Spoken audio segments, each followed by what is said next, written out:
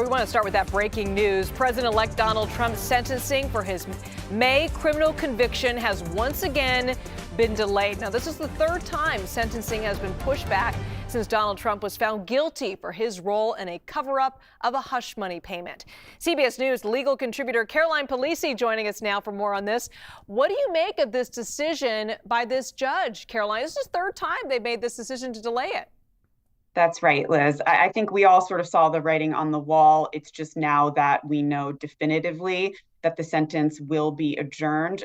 What's happening now is really what both parties had agreed to. Remember, we heard from Alvin Bragg's office last week, really previewing that the Trump team was wanting to put forward this motion to dismiss, acknowledging that there are serious considerations to take into account now that Trump is president-elect, while also balancing this idea that he has been convicted of 34 felony counts. They noted that they would oppose this motion to dismiss, but that they were willing to put the sentencing on hold for the interest of justice. We got a lot more ahead before we can get to sentencing. Two motions. One, the Judge Merchan will need to decide on this. The most recent motion to dismiss, the Trump team has until December 2nd to file that. Alvin Bragg's office will respond by December 9th. And then we have Merchan needing to decide the Supreme Court immunity issue that Trump's team put forth, saying this entire thing needs to be tossed out. So we have to get those two issues off the table before we can even think about going to sentencing. How does the judge's decision today to delay this indefinitely, does that impact Trump's other legal cases? No, not at all. Look, the issue in the motion to dismiss here has to do with constitutional principles having to do with separation of powers and issues in the Constitution, really an idea of sort of a unitary executive that the president, and they're saying the president-elect now, should not have to face criminal prosecution while in office or in this pre-election period. Now, that's the issue that Jack Smith in the federal cases is grappling with right now, and why, in fact, he's winding down those federal cases. They're going to go away, basically, because we do have these principles that the Office of Legal Counsel has said a sitting president can't be prosecuted federally. And then that Georgia case has been sort of, in the background there for a while. The appeals court in Georgia just took that calendar date off the schedule. There are issues with that prosecution as well. So we're seeing really all of these prosecutions floundering. Donald Trump takes the oath of office on January 20th. How likely do you think that this particular case is going to get thrown out? Oh, thrown out, that I don't know. There are a lot of issues, and trust me, Trump will appeal these issues until the end. He's not going to sort of take this lightly. He has another appellate issue wanting to remove this case to federal court. I suspect he would not want to move forward with any sentencing. He will make many arguments to say why they shouldn't move forward with sentencing prior to the election.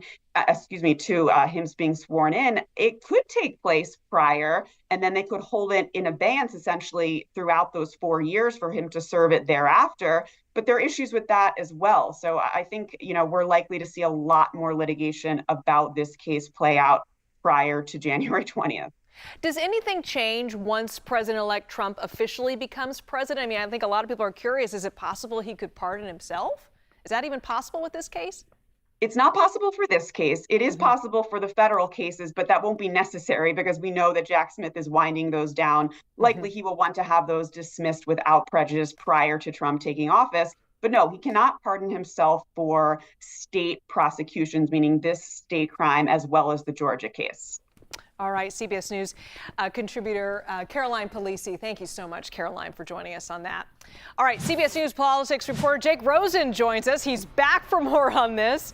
Jake, in the past hour since we last spoke, have you heard any kind of response from the Trump team on this case?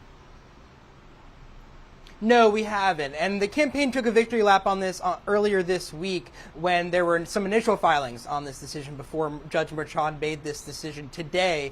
They claimed complete victory over this and claimed that it again was a witch hunt case that Donald Trump should have never been charged for.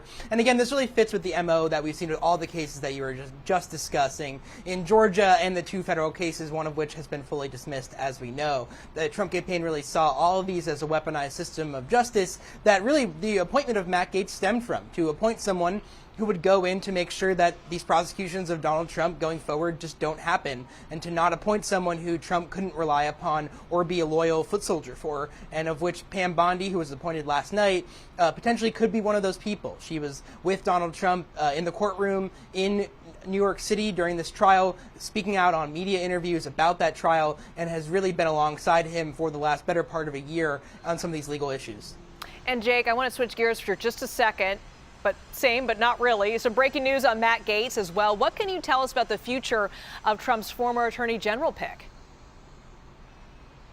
Right, so we know that Matt Gaetz officially resigned from the 118th Congress, which ends in January. Now, he just told Charlie Kirk, conservative influencer and activist who is down here in West Palm Beach, Florida right now, that he has no intention of joining the 119th Congress, which starts after members are sworn in early next year, and that he's going to continue to keep fighting for Donald Trump, and that he has no intention, again, of keeping that office. Now, potentially, should he change his mind because he won his election a couple of weeks ago, he could still take that seat. He did win an election in the 119th Congress, although he just told his friend and an ally of Donald Trump, Charlie Kirk, who's been spotted at Mar-a-Lago over the last couple of days and weeks in transition efforts, that he has no intention of joining the 119th Congress and continuing as a Congress member.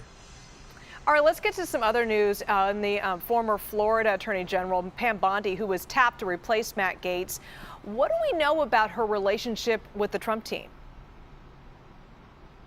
Well, we know that she was someone who defended Donald Trump during the first impeachment inquiry over Ukraine in 2019. She's someone who was tough on crime and immigration, as Donald Trump said in his appointment message yesterday on social media and was sent to reporters, and someone who really has been in Donald Trump's legal corner, although not really as outspoken as a lot of these other legal voices. She wasn't on television all the time, although she would defend Donald Trump when it came time to it, especially around that Manhattan case, and she helped the Republican National Committee in the late stages of the summer and fall around their election integrity efforts, which we know they kind of pivoted from election denial to election integrity, suing states and localities ahead of time to basically get ahead of what they saw as issues going into November's election. She was a part of that and did a kind of a regional tour as well. So she's been really aligned with Donald Trump on a number of his key issues in the last couple of weeks and months. All right, Jake Rosen, thanks so much.